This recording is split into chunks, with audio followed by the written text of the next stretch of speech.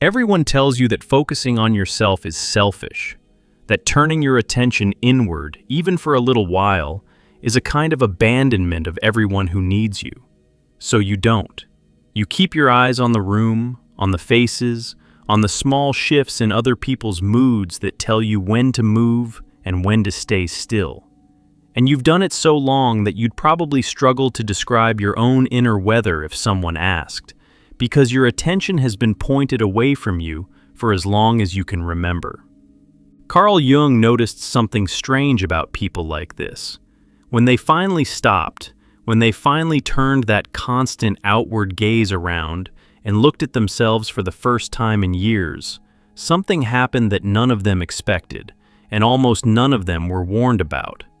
It wasn't peace, at least not right away. What arrived first was a kind of disturbance so specific and so consistent that Jung came to recognize it the way a physician recognizes a symptom.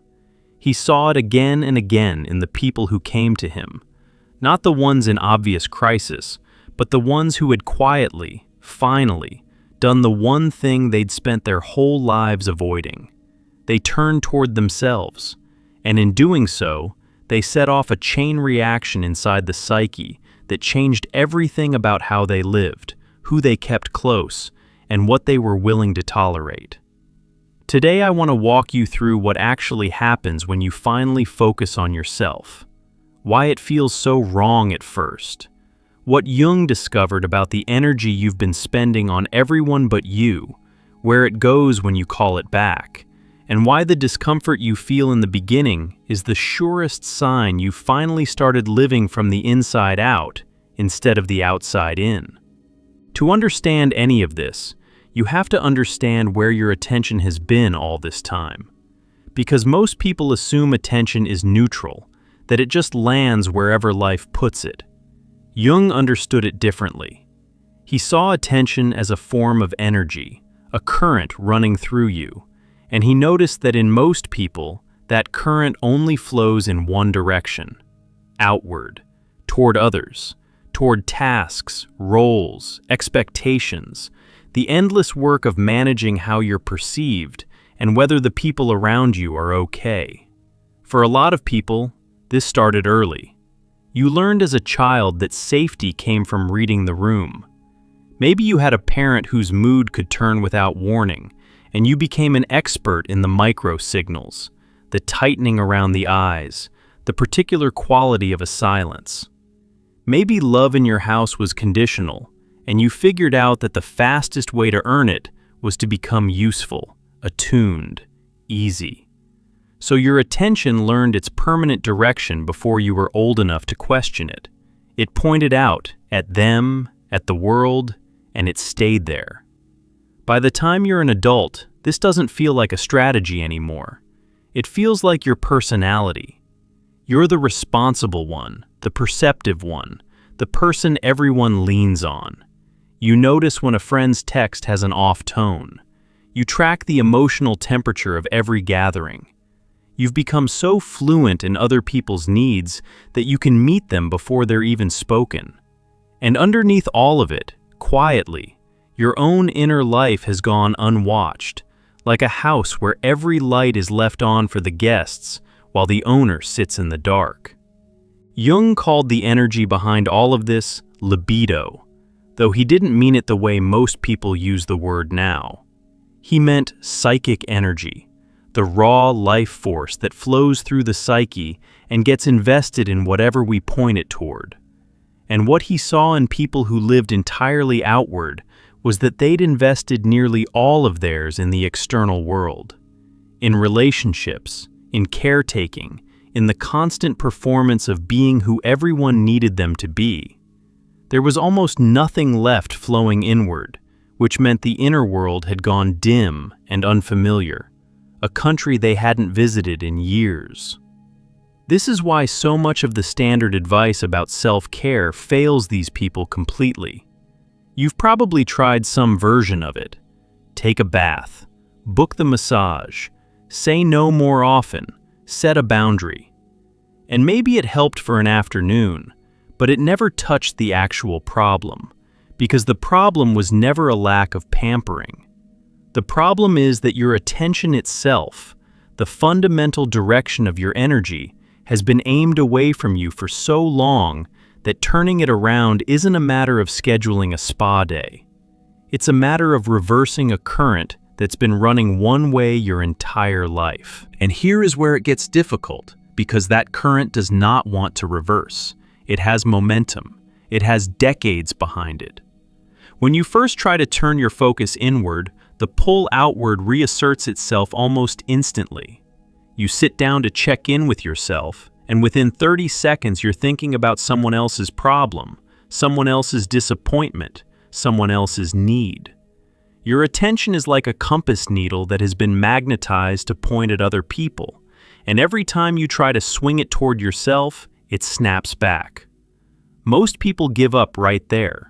They conclude that focusing on themselves just isn't for them, that they're not the introspective type, that they're happier being useful. And they return to the outward life with a strange sense of relief, because the outward life, for all its exhaustion, is familiar. It's the water they've always swum in. Looking inward, by contrast, felt like stepping onto land for the first time and discovering their legs didn't work. But some people don't give up. Something pushes them to keep turning that gaze inward even when it snaps back, even when it feels pointless, even when everyone around them starts to notice and comment. And for those people, Jung observed, a threshold eventually gets crossed. The current finally starts to reverse. And that is when the thing happens that nobody warned them about. The first thing that happens when your attention finally turns inward is that you meet the emptiness you've been outrunning. Because here's what all that outward focus was quietly doing for you. It was keeping you too busy to feel the hollow place at the center of your own life. When your energy is constantly flowing toward other people, you never have to sit with the question of who you actually are underneath the roles. You never have to feel how little you know yourself. The outward life is loud, and the noise covered something up. When you turn inward and the noise stops, that something is waiting. It's the void Jung's patients so often described, this sense of not knowing what they wanted, what they liked, what they felt, once you subtracted everyone else's needs from the equation.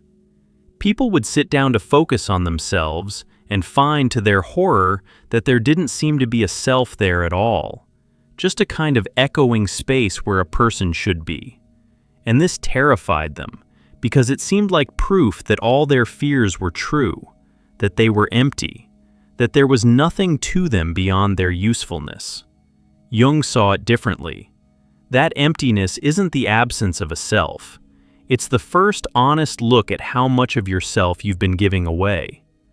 The space feels empty because you've kept it starved of energy for years, pouring everything outward. You're not looking at a void. You're looking at fertile ground that hasn't been watered, and the discomfort of standing in it is the discomfort of finally being present in your own life instead of everyone else's. The second thing that happens is stranger, and it's the part Jung found most significant.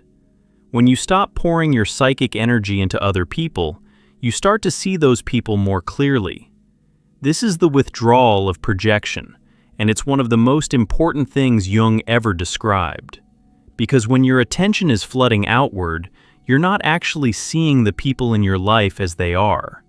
You're seeing them through the lens of your own needs, your own hopes, your own unexamined material. You've been projecting parts of yourself onto them for years without knowing it. Think about what this means in practice. The friend you've admired for their confidence, whose approval you've quietly organized your behavior around.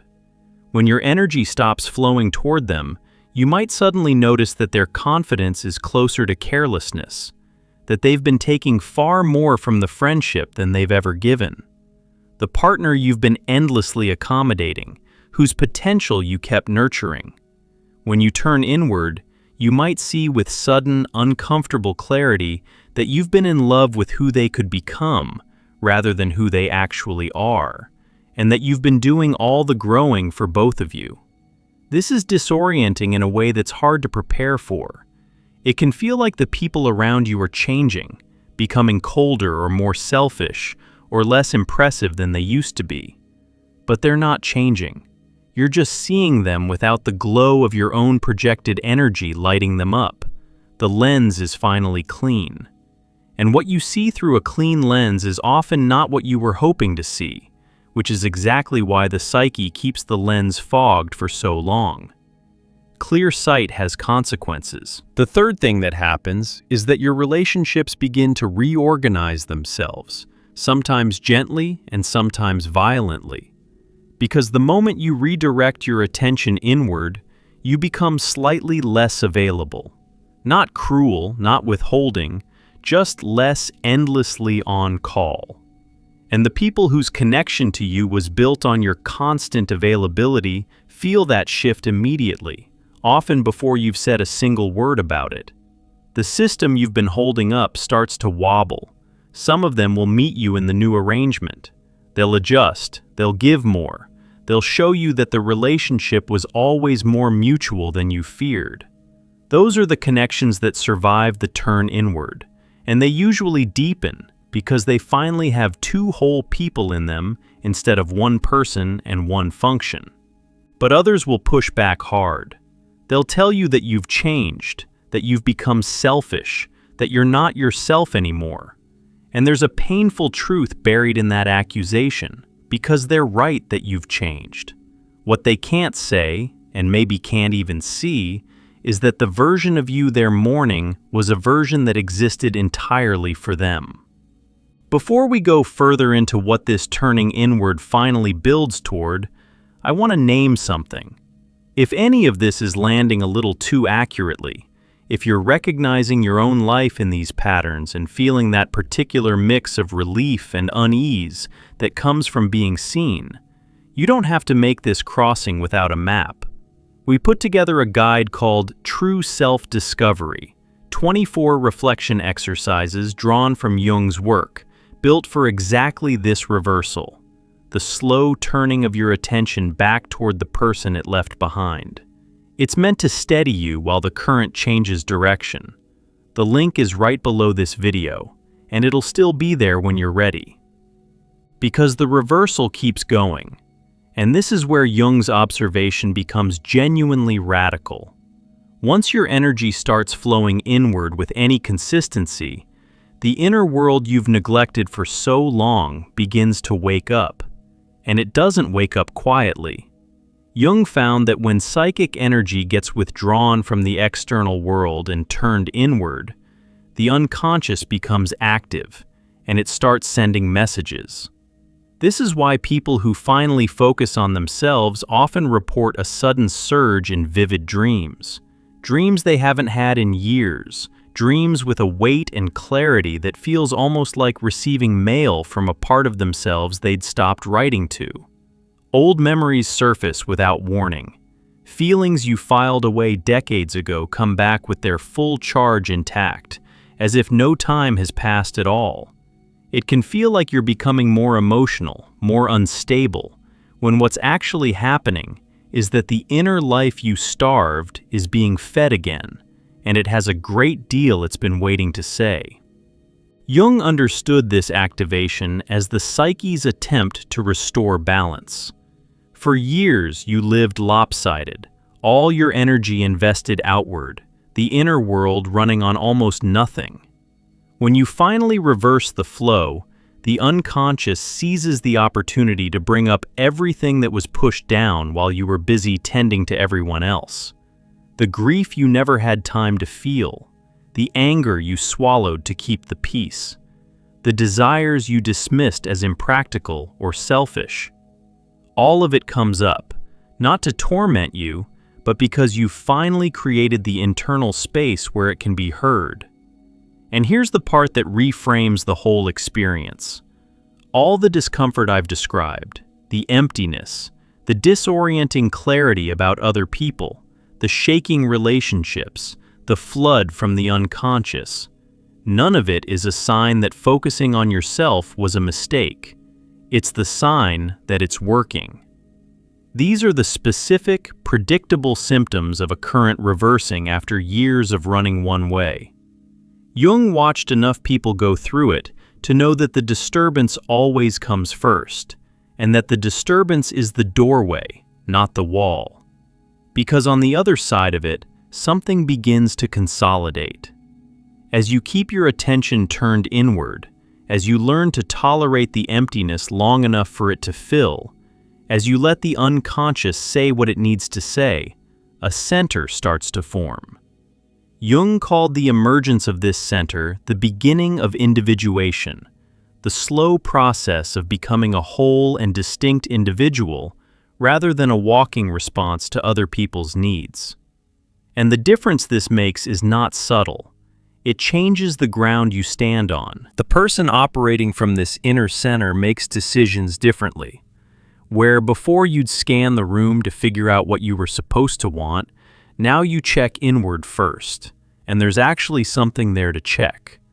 Where before a shift in someone's mood would immediately become your problem to solve, now you can notice it, feel compassion for it, and still remain rooted in yourself. You stop being weather, you start being ground. And this doesn't make you cold, though the people who preferred you as weather will often say it does. You've probably wondered at some point whether becoming more self-focused would turn you into one of those people you can't stand, the self-absorbed ones who talk endlessly about their own journey and never ask about yours. Jung's work suggests the opposite is true. The genuinely self-absorbed person is usually someone who has never actually turned inward at all. They're performing a self they haven't met, demanding from others the attention they refuse to give themselves. The person who has done the real inward work becomes more capable of caring about others, not less, because their care is finally a choice they're making from a full place, rather than a compulsion they're driven to from an empty one. That's the distinction almost everyone misses. All those years you spent focused outward, you probably thought of it as love, as generosity, as being a good person. And some of it was. But a lot of it was something quieter and more anxious underneath. A need to be needed. A fear of what would happen if you stopped. A belief that your worth was measured entirely by your usefulness to other people. When you turn inward and that fear gets examined, your outward care stops being a tax you're compelled to pay and becomes a gift you're free to give. The same actions, coming from a completely different place. Jung saw this transformation as the whole point. The goal was never to abandon the world and disappear into yourself forever. It was to reverse the current long enough to build an inner center, so that when your energy flowed back out toward others, as it inevitably would, it flowed from a person who actually existed. A person with a self to give rather than a role to perform. The turn inward isn't the destination, it's the correction that makes a genuine life possible. And this is why the timing matters so much, why Jung believed this reversal often arrives in the middle of life rather than the beginning. In the first half of life, the outward orientation makes a certain sense. You're building, establishing, finding your place in the world, and pointing your energy outward gets that done. But at some point, usually when the building is finished and you look around at the life you constructed and feel that strange hollowness despite having everything you were supposed to want, the psyche starts demanding the turn. The outward chapter has done its work. The inward one is trying to begin. And the hollowness you feel isn't a malfunction. It's an invitation with terrible manners. If you're feeling that hollowness now, if you've built the life and checked the boxes and still find yourself lying awake, wondering why none of it reaches the place it was supposed to reach, Jung would tell you that you're not broken and you're not ungrateful. You're being called to turn around. The energy that built your outer life is being summoned home to build the inner one you postponed. And the discomfort of that summons is proportional to how long you ignored it. I want to be honest about something because the honesty is the whole point. turning inward will cost you things. It will cost you some relationships that only worked when you were self-erasing. It will cost you the comfortable identity of the person who never needs anything. It will cost you the simple story in which you were only ever the giver and never complicit in your own depletion. That last one stings the most, because part of turning inward is admitting that nobody forced you to disappear. You participated. You chose the outward life partly because it let you avoid the inward one. And owning that isn't a punishment. It's the exact thing that hands you back the power to choose differently now. Jung never promised that any of this would feel good in the moment. What he offered instead was something more durable than comfort. He offered the observation, drawn from decades of watching people make this exact crossing, that the life on the other side of the turn is more real than anything the outward life could produce. Realer relationships, because they contain a real you. Realer decisions, because they come from an actual center.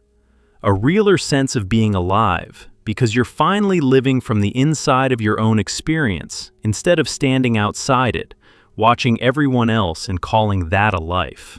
So if you've started to feel that pull inward, that quiet, insistent sense that it might finally be time to turn your attention toward yourself, pay attention to what happens next. The emptiness that greets you is not a verdict. The clarity that comes over your relationships is not paranoia. The flood of old feelings is not a breakdown. And the people who tell you you've changed are, in their own frightened way, confirming that the current has finally reversed. This is what happens when you finally focus on yourself. The gaze that spent a lifetime pointed at everyone else slowly turns around. The house that kept every light on for the guests finally turns one on in its own back room. And the person sitting there in the dark, the one you left behind so long ago you forgot they were waiting, gets to be seen for the first time by the only person whose attention they ever really needed, you. The turn is disorienting because you've never faced this direction before, but keep facing it. Let the current run home. What's forming in that quiet inner space isn't the selfish person you were warned about. It's the person you were before you learned that your worth lived in everyone else's eyes. That person is still there. And the moment your attention finally reaches them is the moment the rest of your life quietly begins to change its shape. If you haven't yet, take a look at True Self-Discovery, our guide of 24 reflection exercises rooted in Jung's work, built for exactly this turning, the slow and worthwhile work of bringing your attention back to the self you set aside. Think of it as company for the crossing, something to hold while the current changes direction, and the room you've never faced before slowly comes into view. The link is right below.